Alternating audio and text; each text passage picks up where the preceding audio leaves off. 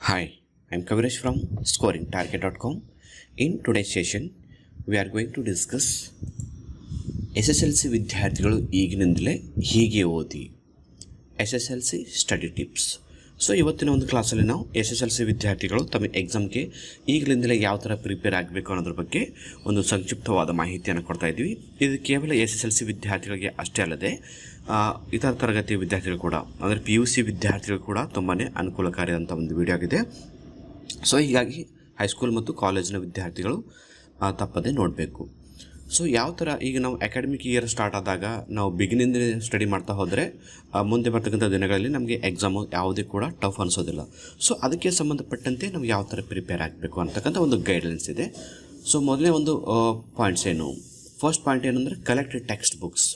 So ಈಗಾಗಲೇ ತಮ್ಮ ತರಗತಿಗೆ ಸಂಬಂಧಪಟ್ಟಂಥ ಟೆಕ್ಸ್ಟ್ ಬುಕ್ಸ್ ಏನಿರುತ್ತೆ, ವಿಷಯವಾರು ಬುಕ್ ಇರುತ್ತೆ, ಆ ಬುಕ್ಗಳನ್ನು ಕರೆಕ್ಟಾಗಿ ಕಲೆಕ್ಟ್ ಮಾಡ್ಕೋಬೇಕು. ಕಲೆಕ್ಟ್ ಮಾಡ್ಕೊಂಡು ಅವುಗಳನ್ನು ನಿಮ್ಮ ಹತ್ರ ಸೇವ್ ಮಾಡಿ ಇಟ್ಕೋಬೇಕು. ಇದು ಒಂದು ಮೊದಲನೇ ಒಂದು ಹಂತ. ಈಗಾಗಲೇ ಸರ್ಕಾರ ತಮಗೆ ಪುಸ್ತಕಗಳನ್ನು ಕೊಟ್ಟಿರುತ್ತೆ. ಇನ್ನು ಕೆಲವೊಂದು ಪ್ರೈವೇಟ್ ಸ್ಕೂಲ್ ಅಥವಾ ಕಾಲೇಜ್ಗಳಲ್ಲಿ ಟೆಕ್ಸ್ಟ್ ಬುಕ್ ಕೊಡ್ತಿಲ್ಲ ಅಂದರೆ ನೀವು ಪರ್ಚೇಸ್ ಮಾಡಬೇಕಾಗುತ್ತೆ. ಸೊ ಎಲ್ಲ ಟೆಕ್ಸ್ಟ್ ಬುಕ್ಕನ್ನು ಯಾವುದೇ ಮಿಸ್ ಮಾಡದೆ ಪ್ರತಿಯೊಂದು ಟೆಕ್ಸ್ಟ್ ಬುಕ್ಕನ್ನು ತೆಗೆದುಕೋಬೇಕು ಮತ್ತು ಅವಳಿಗೆ ಕವರ್ಗಳನ್ನು ಹಾಕಿ ನೀಟಾಗಿ ಇಟ್ಕೋಬೇಕು. ಯಾಕಂದರೆ ನಮ್ಮ ವರ್ಷ ಪೂರಿ ನಮಗೆ ಓದೋಕ್ಕೆ ಹೆಲ್ಪ್ ಆಗ್ತಕ್ಕಂಥದ್ದು ಮೇನ್ ಸೋರ್ಸ್ ಅಂದರೆ ನಮ್ಮ ಟೆಕ್ಸ್ಟ್ ಬುಕ್. ಅದಕ್ಕೆ ನಾನು ಫಸ್ಟ್ ಪಾಯಿಂಟಾಗಿ ನಾನು ಮೊದಲೇ ಒಂದು ಪ್ರಿಫರೆನ್ಸನ್ನು ಕೊಟ್ಟಿದ್ದೀನಿ. ಫಸ್ಟ್ ಪ್ರಿಫರೆನ್ಸಾಗಿ ನಮ್ಮ ಟೆಕ್ಸ್ಟ್ ಬುಕ್, ಆ ನಂತರ ನೋಟ್ಸ್ ಎಲ್ಲ ಸಂಬಂಧಪಡುತ್ತೆ. ಇದು ಒಂದು ಮೊದಲನೇ ಹಂತ ಅಂತ ನಾವು ಹೇಳ್ಬೋದು. ಇನ್ನು ಸೆಕೆಂಡ್ ಒಂದು ಸ್ಟೇಜಿಗೆ ಬಂದಾಗ check your previous year score in exam. Next ಮಾಡಬೇಕಾದ ಕೆಲಸವನ್ನು ಹಿಂದಿನ ವರ್ಷದ ಒಂದು ಪರೀಕ್ಷೆಯಲ್ಲಿ ನೀವು ಎಷ್ಟು ಅಂಕಗಳನ್ನ ಸ್ಕೋರ್ ಮಾಡಿದ್ರಿ ಅಂತ ನೀವು ಚೆಕ್ ಮಾಡ್ಕೋಬೇಕು. ಅಂದರೆ ವಿಷಯವಾರು ಅಂಕಗಳನ್ನು ಚೆಕ್ ಮಾಡ್ಕೊಳ್ಳೋದಾಗಿರ್ಬೋದು.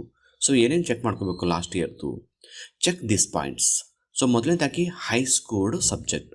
ಆ ಪ್ರೀವಿಯಸ್ ಇಯರಲ್ಲಿ ಹೋದ ವರ್ಷ ನೀವು ಯಾವ ವಿಷಯಗಳಲ್ಲಿ ಹೆಚ್ಚಿನ ಅಂಕಗಳನ್ನು ಸ್ಕೋರ್ ಮಾಡಿರಿ. ಆಮೇಲೆ ಎರಡನೇ ಪಾಯಿಂಟಲ್ಲಿ ಲೋ ಸ್ಕೋರ್ಡ್ ಸಬ್ಜೆಕ್ಟ್, ಇನ್ನು ಕಡಿಮೆ ಅಂಕವನ್ನು ಪಡ್ಕೊಂಡಂಥ ಸಬ್ಜೆಕ್ಟ್ಗಳು ಯಾವುದು. ಆಮೇಲೆ average scored subject. Average scored ಅಂದರೆ ಹೆಚ್ಚು ಅಲ್ಲ ಕಡಿಮೆ ಅಲ್ಲ, ಮೀಡಿಯಮ್ ಸ್ಕೋರ್ ಮಾಡಿದಂಥ ಸಬ್ಜೆಕ್ಟ್ಗಳು.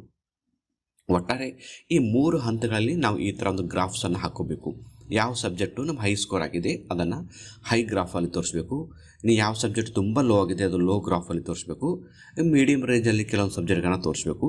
ಸೊ ಈ ಥರ ನೀವು ಗ್ರಾಫ್ ಹಾಕೊಂಡಾಗ ನಿಮಗೊಂದು ಸ್ಪಷ್ಟವಾದ ಒಂದು ವಿಚಾರ ಏನು ಗೊತ್ತಾಗುತ್ತೆ ಅಂದರೆ ಯಾವ ಸಬ್ಜೆಕ್ಟ್ ನನ್ನ ವೀಕ್ ಇದೆ, ಯಾವ ಸಬ್ಜೆಕ್ಟ್ ನಾನು ಇನ್ನೂ ಹೆಚ್ಚಿನ ಒಂದು ಸ್ಕೋರನ್ನು ಮಾಡಬೇಕಾಗಿದೆ, ಯಾವ ಸಬ್ಜೆಕ್ಟ್ಗೆ ನಾನು ಜಾಸ್ತಿ ಆದ್ಯತೆ ಕೊಟ್ಟು ಓದಬೇಕಾಗಿದೆ ಅಂತ ನಿಮಗೊಂದು ಸ್ಪಷ್ಟವಾದ ಐಡಿಯಾ ಬರುತ್ತೆ. ಸೊ ಈ ಎರಡನೇ ಒಂದು ಟ್ರಿಕ್ಸ್ ಏನಿದೆ ಡೆಫಿನೆಟಾಗಿ ಪ್ರತಿಯೊಬ್ಬ ವಿದ್ಯಾರ್ಥಿಗಳು ಮಾಡಬೇಕು. ಅಂದರೆ 10ನೇ ತರಗತಿಯಲ್ಲಿ ವಿದ್ಯಾರ್ಥಿಗಳು ಓದ್ತಾ ಇದ್ದರೆ 9ನೇ ತರಗತಿಯ ನಿಮ್ಮ ರಿಸಲ್ಟನ್ನು ಅನಾಲಿಸಿಸ್ ಮಾಡಿ. ಈ ಥರ ಹೈ ಸ್ಕೋರು, ಲೋ ಸ್ಕೋರು ಮತ್ತು ಎವರೇಜ್. ಇನ್ನು PUCಯಲ್ಲಿ ಸ್ಟಡಿ ಮಾಡ್ತಾ ಇದ್ದರೆ 10ನೇ ತರಗತಿಯ ಒಂದು ರಿಸಲ್ಟನ್ನು ಅನಾಲಿಸ್ ಮಾಡ್ಬೋದು. ಇನ್ನು ದ್ವಿತೀಯ PUC ವಿದ್ಯಾರ್ಥಿಗಳು ನೀವು ಸ್ಟಡಿ ಮಾಡ್ತಾಯಿದ್ರೆ ಪ್ರಥಮ PUCಯ ರಿಸಲ್ಟನ್ನು ನೀವು ಈ ಥರ ಅನಾಲಿಸಿಸ್ ಮಾಡಿದರೆ ನಿಮಗೊಂದು ಸ್ಪಷ್ಟವಾದ ಐಡಿಯಾ ಸಿಗುತ್ತೆ. ನಾನು ಯಾವ ಸಬ್ಜೆಕ್ಟಲ್ಲಿ ಚೆನ್ನಾಗಿ ಸ್ಕೋರ್ ಮಾಡ್ಬೋದು, ಇನ್ನು ಯಾವ ಸಬ್ಜೆಕ್ಟಿಗೆ ನಾನು ಜಾಸ್ತಿ ಆದ್ಯತೆ ಕೊಟ್ಟು ಓದ್ಕೋಬೇಕು ಅಂತ. ಸೊ ಇದು ಎರಡನೇ. ಇನ್ನು ಮೂರನೇ ಸ್ಟೆಪ್ಪಲ್ಲಿ ನಾವು ಏನು ಮಾಡಬೇಕು, give priority to subject. So ಯಾವ ಸಬ್ಜೆಕ್ಟ್ಗೆ ಜಾಸ್ತಿ ಪ್ರಿಯಾರಿಟಿ ಕೊಡಬೇಕು. ಪ್ರಿಯಾರಿಟಿ ಅಂದರೆ ಆದ್ಯತೆ, ಇಂಪಾರ್ಟೆನ್ಸ್. ಸೊ ಎಲ್ಲ ಸಬ್ಜೆಕ್ಟ್ಗಳಿಗೂ ಇಂಪಾರ್ಟೆನ್ಸ್ ಕೊಡಬೇಕಾದ ಅವಶ್ಯಕತೆ ಎಲ್ಲ ಸ್ಟೂಡೆಂಟ್ಗೂ ಇರೋದಿಲ್ಲ. ಕೆಲವು ವಿದ್ಯಾರ್ಥಿಗಳಿಗೆ ಕನ್ನಡ ಈಜಿ ಆಗಿದ್ದರೆ ಕೆಲವರಿಗೆ ಇಂಗ್ಲೀಷ್ ಈಜಿ ಆಗುತ್ತೆ. ಸೊ ಯಾವ ಸಬ್ಜೆಕ್ಟ್ ತಮಗೆ ಈಜಿ ಆಗುತ್ತೆ ಅದಕ್ಕೆ ಪ್ರಥಮ ಆದ್ಯತೆ ಕೊಡಬೇಕಾದ ಅವಶ್ಯಕತೆ ಇಲ್ಲ. ಯಾವ ಸಬ್ಜೆಕ್ಟ್ ತಮಗೆ ತುಂಬಾ ಟಫ್ ಅನ್ನಿಸ್ತಾ ಇರುತ್ತೆ ಅಥವಾ ತುಂಬ ಕಡಿಮೆ ಅಂಕ ಸ್ಕೋರ್ ಮಾಡಿರ್ತೀರ ಅಂಥ ಸಬ್ಜೆಕ್ಟ್ಗಳಿಗೆ ಫಸ್ಟ್ ಪ್ರಿಯಾರಿಟಿ ಕೊಡಬೇಕು. ಫಸ್ಟ್ ಪ್ರಿಯಾರಿಟಿ, ಸೆಕೆಂಡ್ ಪ್ರಿಯಾರಿಟಿ, ಈ ಥರ ನೀವು ಪ್ರಿಯಾರಿಟಿ ಪ್ರಕಾರ ಸಬ್ಜೆಕ್ಟ್ಗಳನ್ನು ಅರೇಂಜ್ಮೆಂಟ್ ಮಾಡ್ಕೋಬೇಕು. ಫಾರ್ ಎಕ್ಸಾಂಪಲ್ ನಿಮಗೆ ಮ್ಯಾಥ್ಸ್ ಟಫ್ ಅನಿಸಿದರೆ ನೀವು ಟೈಮ್ ಟೇಬಲ್ ಮಾಡಬೇಕಾದ್ರೆ ಅಥವಾ ಓದಬೇಕಾದ್ರೆ ಫಸ್ಟ್ ಪ್ರಿಯಾರಿಟಿ ಮ್ಯಾಥ್ಸ್ ಕೊಡಿ, ಅದಕ್ಕೆ ಜಾಸ್ತಿ ಸಮಯವನ್ನು ಮೀಸಲಿಡಿ. ಆಮೇಲೆ ಸೆಕೆಂಡ್ ಟಫ್ ಸಬ್ಜೆಕ್ಟ್ ಯಾವುದು, ಒಂದು ಇಂಗ್ಲೀಷ್ ಆಗಿದ್ದರೆ ಸೆಕೆಂಡ್ ಪ್ರಿಫರೆನ್ಸ್ ಇಂಗ್ಲೀಷ್ಗೆ ಕೊಡಿರಿ.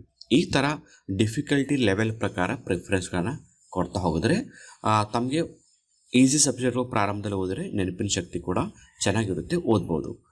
ಮೇಲಾಗಿ ಆ ಒಂದು ಸಬ್ಜೆಕ್ಟ್ಗೆ ಒಂದು 10 ಅಥವಾ 15 ನಿಮಿಷ ಹೆಚ್ಚಿಗೆ ನಾವು ಒಂದು ಆದ್ಯತೆ ಕೊಟ್ಟರೆ ಈಸಿಯಾಗಿ ಅವುಗಳನ್ನು ಕೂಡ ನಾವು ಸ್ಕೋರ್ ಮಾಡ್ಬೋದು. Give priority as per previous year exam score. So ಆಯಾ ಸಬ್ಜೆಕ್ಟ್ಗೆ ಯಾವ ಥರ ಫಸ್ಟ್ ಪ್ರಿಫರೆನ್ಸ್ ಕೊಡಬೇಕು, ಸೆಕೆಂಡ್ ಪ್ರಿಫರೆನ್ಸ್ ಕೊಡಬೇಕು ಅನ್ನೋದು ನಿಮ್ಮ ಲಾಸ್ಟ್ ಇಯರ್ ಸ್ಕೋರನ್ನು ನೋಡಿಕೊಂಡು ಅದನ್ನು ನೀವು ಪ್ರಿಪೇರ್ ಮಾಡ್ಬೋದು. ಅಥವಾ ನಾನು ಎರಡನೇ ಪಾಯಿಂಟಲ್ಲಿ ಹೇಳಿದಂಥ ಒಂದು ಚಾರ್ಟನ್ನು ಕೂಡ ನೀವು ಅಬ್ಸರ್ವ್ ಮಾಡಿ ಫಸ್ಟ್ ಮತ್ತು ಸೆಕೆಂಡ್ ಪ್ರಿಯಾರಿಟಿಗಳನ್ನು ನಿಗದಿ ಮಾಡಿಕೊಳ್ಳಿ. ನಾಲ್ಕನೇ ಇಂಪಾರ್ಟೆಂಟ್ ಒಂದು ಸ್ಟೆಪ್ ಏನಂದರೆ collect previous year question papers. So ಇದು ತುಂಬ ಇಂಪಾರ್ಟೆಂಟ್ ಆದಂಥ ಪ್ರತಿಯೊಂದು ವಿದ್ಯಾರ್ಥಿಗಳು ಕೂಡ ನೀವು ಮಾಡಬೇಕಾದ ಪ್ರಥಮ ಕೆಲಸ ಅಂದರೆ ಪ್ರತಿಯೊಂದು ವಿಷಯವಾರು ಅಟ್ಲೀಸ್ಟ್ 5 ಮಾದರಿ ಪ್ರಶ್ನೆ ಪತ್ರಿಕೆಗಳನ್ನು ಮತ್ತು ಅದರ ಕೀ ಆನ್ಸರ್ಗಳನ್ನು ನೀವು ಕಲೆಕ್ಟ್ ಮಾಡಿ ಇಟ್ಕೋಬೇಕು. ಸೊ ಈ ಪ್ರಶ್ನೆ ಪತ್ರಿಕೆಗಳನ್ನು ಒಂದು ಬಾರಿ ಅನಾಲಿಸಿಸ್ ಮಾಡಿ, ಯಾವ ಪಾಠಗಳಿಂದ ಎಷ್ಟು ಅಂಕದ ಪ್ರಶ್ನೆಗಳನ್ನು ಕೇಳ್ತಾ ಇದ್ದಾರೆ, ಯಾವ ಪಾಠಕ್ಕೆ ಜಾಸ್ತಿ ಆದ್ಯತೆ ಕೊಡ್ತಾ ಇದ್ದಾರೆ, ಯಾವ ಪಾಠಕ್ಕೆ ಜಾಸ್ತಿ ಪ್ರಿಫರೆನ್ಸ್ ಇಲ್ಲ, ಮತ್ತು ಕ್ವಶನ್ ಪೇಪರ್ ಯಾವ ಥರ ಸ್ಟ್ರಕ್ಚರ್ ಇರುತ್ತೆ, ಅಂದರೆ ವಿಷಯವಾರು ಎಷ್ಟು ಪ್ರಶ್ನೆಗಳನ್ನು ಕೇಳ್ತಾರೆ, 1 ಅಂಕದ ಪ್ರಶ್ನೆಗಳು ಎಷ್ಟಿರುತ್ತೆ, 2 ಅಂಕದೆಷ್ಟು, 3 ಅಂಕದೆಷ್ಟು, 4 ಅಂಕದೆಷ್ಟು, ಮತ್ತು ಕ್ವಶನ್ ಪೇಪರ್ನ ಒಂದು ಪ್ಯಾಟರ್ನ್ ಯಾವ ಥರ ಇರುತ್ತೆ, ಈಸಿ ಲೆವೆಲ್ ಎಷ್ಟಿರುತ್ತೆ, ಡಿಫಿಕಲ್ಟ್ ಲೆವೆಲ್ ಎಷ್ಟಿರುತ್ತೆ.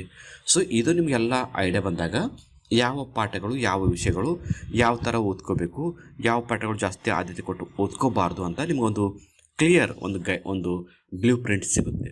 ಹೀಗಾಗಿ ಅಟ್ಲೀಸ್ಟ್ 5 ವರ್ಷದ ಕ್ವಶನ್ ಪೇಪರ್ಗಳನ್ನು ಕಲೆಕ್ಟ್ ಮಾಡಿಕೊಂಡು ಅವುಗಳನ್ನ ವಿಷಯವಾರು ಸಪ್ರೇಟಾಗಿ ಫೈಲ್ ಮಾಡಿಕೊಂಡು ಆ ಒಂದು ವಿಷಯವಾರು ಟೆಕ್ಸ್ಟ್ ಬುಕ್ ಮತ್ತು ಕ್ವಶನ್ ಪೇಪರ್ಗಳನ್ನು ಟ್ಯಾಲಿ ಮಾಡ್ತಾ ಪಾಠಗಳ ಅಂಕಗಳನ್ನು ಡಿಸೈಡ್ ಮಾಡ್ಕೊಳ್ಳಿ.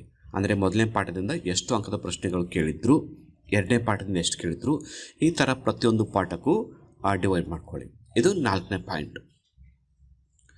ಇನ್ನು 5ನೇ ಪಾಯಿಂಟಲ್ಲಿ ನಾವು ಮಾಡಬೇಕಾದದ್ದೇನು, ಬಿ ರೆಗ್ಯುಲರ್ ಟು ಸ್ಕೂಲ್. ಶಾಲೆಗೆ ಅಥವಾ ಕಾಲೇಜ್ಗೆ ದಿನಾಲು ಹಾಜರಾಗಿ. ಯಾವುದೇ ಕಾರಣಕ್ಕೂ ಎಕ್ಸ್ಕ್ಯೂಸ್ ಅಥವಾ ರೀಸನ್ ಬೇಡ. ಶಾಲೆ ತಪ್ಪಿಸ್ಬೇಕು ಅಥವಾ ಕಾಲೇಜ್ ತಪ್ಪಿಸ್ಬೇಕಂದ್ರೆ ಸಾಕಷ್ಟು ರೀಸನ್ಸ್ ಇರುತ್ತೆ, ಬಟ್ ರೀಸನ್ಸ್ಗಳು ಮೇನಲ್ಲ, ಅವುಗಳನ್ನು ಅವಾಯ್ಡ್ ಮಾಡಿ ರೆಗ್ಯುಲರ್ ಆಗಿ ಹೋಗಬೇಕು. ಸೊ ಏನು ಮಾಡಬೇಕು, ರೆಗ್ಯುಲರ್ ಆಗಿ ಹೋಗಿ. Don't miss any class. ಯಾವುದೇ ಕಾರಣಕ್ಕೂ ಒಂದೇ ಒಂದು ವಿಷಯ ಕೂಡ ಕ್ಲಾಸನ್ನು ಮಿಸ್ ಮಾಡ್ಕೋಬೇಡಿ. ನಿಮ್ಮ ವಿಷಯ ಈಸಿ ಅನಿಸಿದ್ರು ಕೂಡ ಆ ಸಬ್ಜೆಕ್ಟ್ನ ಕ್ಲಾಸನ್ನು ಡೆಫಿನೆಟಾಗಿ ಅಟೆಂಡ್ ಆಗಲೇಬೇಕು, ಕಡ್ಡಾಯವಾಗಿ ಆಗಲೇಬೇಕು. ಅದು ಈಸಿ ಇದ್ದರೆ ಅಷ್ಟೇ ಅಥವಾ ಟಫ್ ಇದ್ದರೂ ಅಷ್ಟೇ ಕ್ಲಾಸನ್ನು ಕರೆಕ್ಟಾಗಿ ಅಟೆಂಡ್ ಆಗಿ ಗಮನವಿಟ್ಟು ಕ್ಲಾಸ್ ಕೇಳಿದರೆ ಮೋರ್ ದೆನ್ 60 to 70% ನೀವು ಓದುವ ಒಂದು ಸ್ಟ್ರೆಸ್ ಕಡಿಮೆ ಆಗುತ್ತೆ. ಪಾಠವನ್ನು ಚೆನ್ನಾಗಿ ಕೇಳಿದರೆ 70% ಅಷ್ಟು ನೀವು ಸ್ಟಡಿ ಮಾಡ್ದಂಗೆ ಆಗುತ್ತೆ. ಇನ್ನು 30% ನೀವು ಪ್ರಶ್ನೋತ್ತರಗಳನ್ನು ಓದ್ಕೊಂಡ್ರೆ ಕಂಪ್ಲೀಟ್ ಆಗಿರುತ್ತೆ. ಇನ್ನು 2ನೇ ಪಾಯಿಂಟ್ ಏನಂದರೆ stay connected with subject teachers. ಪ್ರತಿಯೊಂದು ವಿಷಯ ಶಿಕ್ಷಕರ ಜೊತೆಗೆ ಒಂದು ಒಳ್ಳೆಯ ಬಾಂಧವ್ಯನ ಇಟ್ಕೊಳ್ಳಿ. ಅವ್ರ ಜೊತೆ ಕ್ಲೋಸ್ ಆಗಿ ಇದ್ಕೊಂಡು ಆ ವಿಷಯವಾರು ನಿಮ್ಗೆ ಏನಾದರೂ ಡಿಫಿಕಲ್ಟ್ ಕಾನ್ಸೆಪ್ಟ್ ಇದ್ದರೆ ಅಥವಾ ಯಾವುದಾದ್ರೂ ಪಾಠದ ವಿಷಯ ನಿಮಗೆ ಗೊತ್ತಾಗಿಲ್ಲ ಅಂದರೆ ಟೀಚರ್ಸ್ ಜೊತೆ ಮುಕ್ತವಾಗಿ ಹಂಚಿಕೊಂಡು ಆ ಒಂದು ಪ್ರಾಬ್ಲಮ್ಸನ್ನು ಸಾಲ್ವ್ ಮಾಡ್ಕೊಳ್ಳಿ. ಜೊತೆಗೆ ಟೀಚರ್ಸ್ ಯಾವ ಪಾಠಗಳನ್ನು ಯಾವ ಥರ ಓದಬೇಕು, ಯಾವ ಥರ ಬರೀಬೇಕು ಅನ್ನೋದು ಒಂದು ಗೈಡೆನ್ಸನ್ನು ಅವರಿಂದ ಪಡ್ಕೋತಕ್ಕಂಥ ಪ್ರಯತ್ನ ಮಾಡಿ. ಇನ್ನು 3ನೇ ಪಾಯಿಂಟಲ್ಲಿ join good students team for group study. ಇನ್ನು ನಿಮ್ಮದೇ ಆದಂಥ ಒಂದು ವಿದ್ಯಾರ್ಥಿಗಳ ಟೀಮನ್ನು ರಚನೆ ಮಾಡ್ಕೊಳ್ಳಿ. ಯಾವುದೇ ಕಾರಣಕ್ಕೂ ನೆಗೆಟಿವ್ ಥಿಂಕ್ ಮಾಡ್ತಕ್ಕಂಥ ವಿದ್ಯಾರ್ಥಿಗಳ ಗುಂಪು ನಿಮ್ದು ಆಗಿರಬಾರ್ದು.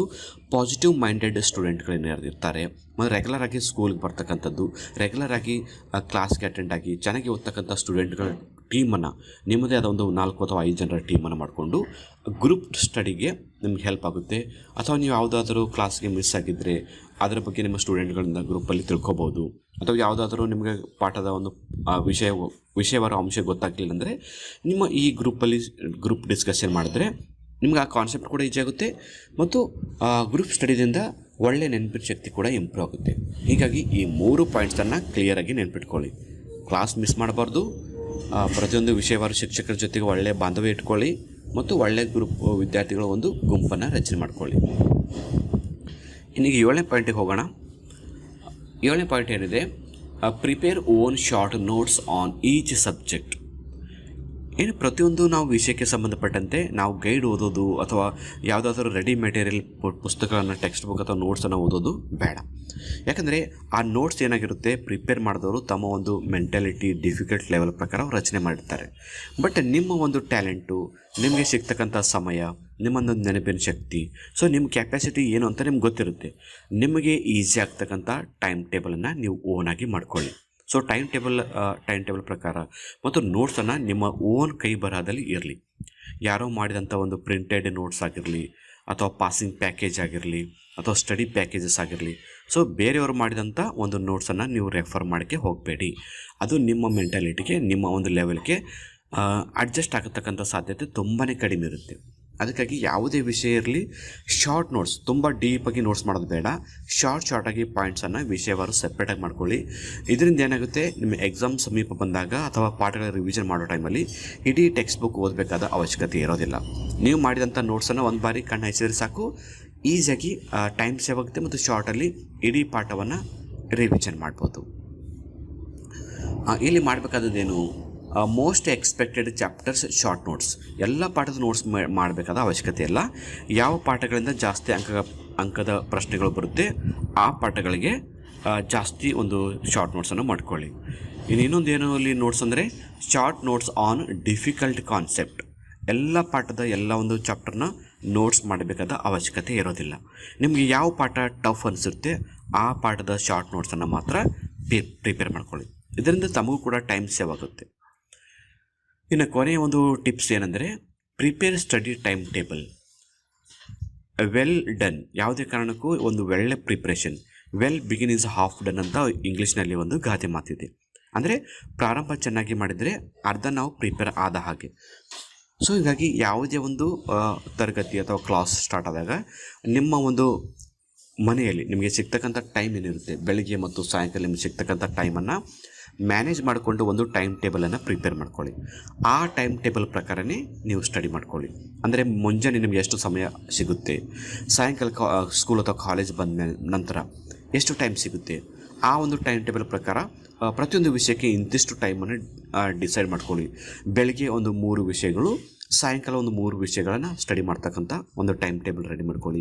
ಆ ಟೈಮ್ ಟೇಬಲಲ್ಲಿ ಹೋಮ್ವರ್ಕ್ ಮಾಡಲು ಒಂದು ಸಮಯ ಇಡಿ, ಜೊತೆಗೆ ಡಿಫಿಕಲ್ಟ್ ಸಬ್ಜೆಕ್ಟ್ಗಳಿಗೆ ಸ್ವಲ್ಪ ಸಮಯ ಜಾಸ್ತಿ ಇಡಿ, ಈಜಿ ಇರ್ತಕ್ಕಂಥ ವಿಷಯಗಳಿಗೆ ಸ್ವಲ್ಪ ಒಂದು 5 ನಿಮಿಷ ಕಡಿಮೆ ಇಡಿ. ಸೊ ಈ ಥರ ನಿಮ್ಮ ಓನಾಗಿ ಟೈಮ್ ಟೇಬಲನ್ನು ಪ್ರಿಪೇರ್ ಮಾಡ್ಕೋಬೋದು. ಆ ಸ್ಟಡಿ ಟೈಮ್ ಟೇಬಲ್ಗೆ ಸಂಬಂಧಪಟ್ಟಂತೆ ಈಗಾಗಲೇ ನಾನು ವಿಡಿಯೋ ಕೂಡ ಮಾಡಿದ್ದೀನಿ. Study time table by Kaviraj sir ಅಂತ ಯೂಟ್ಯೂಬಲ್ಲಿ ಸರ್ಚ್ ಮಾಡಿದ್ರೆ ಸಿಗುತ್ತೆ. ಸೊ ಆ ಥರ ನೀವು ಟೈಮ್ ಟೇಬಲ್ ಪ್ರಿಪೇರ್ ಮಾಡಿಕೊಂಡ್ರೆ ನೀವು ಡೆಫಿನೆಟಾಗಿ ನೀವು ಎಷ್ಟು ಅಂಕವನ್ನು ಸ್ಕೋರ್ ಮಾಡ್ಕೋಬೇಕು, ಎಷ್ಟು ಟಾಪಲ್ಲಿ ನೀವು ಸ್ಕೋರ್ ಮಾಡಬೇಕು ಅಂತ ಡಿಸೈಡ್ ಮಾಡಿರ್ತೀರ, ಆ ಒಂದು ಗೋಲನ್ನು ಖಂಡಿತವಾಗಿ ನೀವು ರೀಚ್ ಆಗ್ತೀರ ಅಂತ ಹೇಳ್ತಾ ಇವತ್ತಿನ ಕ್ಲಾಸನ್ನು ಇಲ್ಲಿಗೆ ಮುಗಿಸ್ತಾ ಇದ್ದೀವಿ. ಸೊ ಈ ಟೈಮ್ ಟೇಬಲ್ ಪ್ರಿಪೇರ್ ಮಾಡೋ ಟೈಮಲ್ಲಿ ನಾವು ಏನು ಒಂದು ವಿಷಯವನ್ನು ಗಮನ ಇಡಬೇಕಂದ್ರೆ, ರೆಗ್ಯುಲರ್ ಟೈಮ್ ಟೇಬಲ್ ಒಂದು ಸೆಪ್ರೇಟ್ ಮಾಡ್ಕೋಬೇಕು ಮತ್ತು ಸ್ಪೆಷಲ್ ಟೈಮ್ ಟೇಬಲನ್ನು ಸೆಪ್ರೇಟ್ ಮಾಡ್ಕೋಬೇಕು. ರೆಗ್ಯುಲರ್ ಟೈಮ್ ಟೇಬಲ್ ಅಂದರೆ ಸೋಮವಾರದಿಂದ ಶುಕ್ರದ ವಾರವರೆಗೆ. ಇನ್ನು ಶನಿವಾರ ಮತ್ತು ರವಿವಾರ ನಿಮಗೆ ರಜೆ ಇರುತ್ತೆ. ಅಂದರೆ ಶನಿವಾರ ಹಾಫ್ ಡೇ ಇರುತ್ತೆ, ಸಂಡೇ ಫುಲ್ ರಜೆ ಇರುತ್ತೆ. ಸೊ ರಜಾ ದಿನಗಳೇನಿರುತ್ತೆ, ಯಾವುದಾದ್ರೂ ಸ್ಪೆಷಲ್ ಹಾಲಿಡೇ ಇದ್ದಾಗ, ಈ ಎಲ್ಲ ರಜಾ ದಿನಗಳು ಕೇವಲ ಸಾಟರ್ಡೆ ಸಂಡೇ ಅಷ್ಟೇ ಅಲ್ಲ, ಇತರ ರಜಾ ದಿನಗಳೇನಿರುತ್ತೆ ಅದಕ್ಕಾಗಿ ಸ್ಪೆಷಲ್ ಟೈಮ್ ಟೇಬಲ್ ರೆಡಿ ಮಾಡ್ಕೋಬೇಕು. ಯಾಕಂದರೆ ರಜಾ ದಿನಗಳಲ್ಲಿ ನಿಮಗೆ ಸ್ಕೂಲ್ ಕಾಲೇಜ್ ಇರೋದಿಲ್ಲ. ಸೊ ಆವಾಗ ನಿಮಗೆ ಸಮಯ ಜಾಸ್ತಿ ಸಿಗುತ್ತೆ. ಆ ಒಂದು ಟೈಮ್ ಟೇಬಲನ್ನು ಸ್ಪೆಷಲಾಗಿ ಮಾಡ್ಕೊಳ್ಳಿ. ಇನ್ನು ಶಾಲೆ ಕಾಲೇಜಿಗೆ ಹೋಗ್ತಕ್ಕಂಥ ಸೋಮವಾರದಿಂದ ಶನಿವಾರದವರೆಗೆ ಅಂತ ಅವಧಿ ಇರುತ್ತೆ, ಅದು ರೆಗ್ಯುಲರ್ ಟೈಮ್ ಟೇಬಲ್. ಅಂದರೆ ಶಾಲಾ ಮತ್ತು ಕಾಲೇಜಿನ ಮುಂಜಾನೆ ಹೋಗೋದ್ರಿಂದ ಸಾಯಂಕಾಲ ಬರೋವರೆಗೆ ಬಿಟ್ಟು ಉಳಿದ ಟೈಮ್ ಟೇಬಲ್, ಅದಕ್ಕೆ ನಾವು ರೆಗ್ಯುಲರ್ ಟೈಮ್ ಟೇಬಲ್ ಅಂತ ಹೇಳ್ತೀವಿ. ಸೊ ಈ ಥರ ಟೈಮ್ ಟೇಬಲನ್ನು ರೆಡಿ ಮಾಡಿಕೊಂಡು ಓದ್ಕೊಂಡು ಚೆನ್ನಾಗಿ ಪ್ರಿಪೇರ್ ಆಗಿ ಅಂತ ಹೇಳ್ತಾ ನಿಮಗೆ ಅಡ್ವಾನ್ಸ್ ಆಗಿ ಬೆಸ್ಟ್ ಆಫ್ ಲಕ್ ಹೇಳ್ತಾ ಇವತ್ತಿನ ಕ್ಲಾಸನ್ನು ಇಲ್ಲಿಗೆ ಮುಗಿಸ್ತಾ ಇದ್ದೀನಿ. So thanks for watching the video.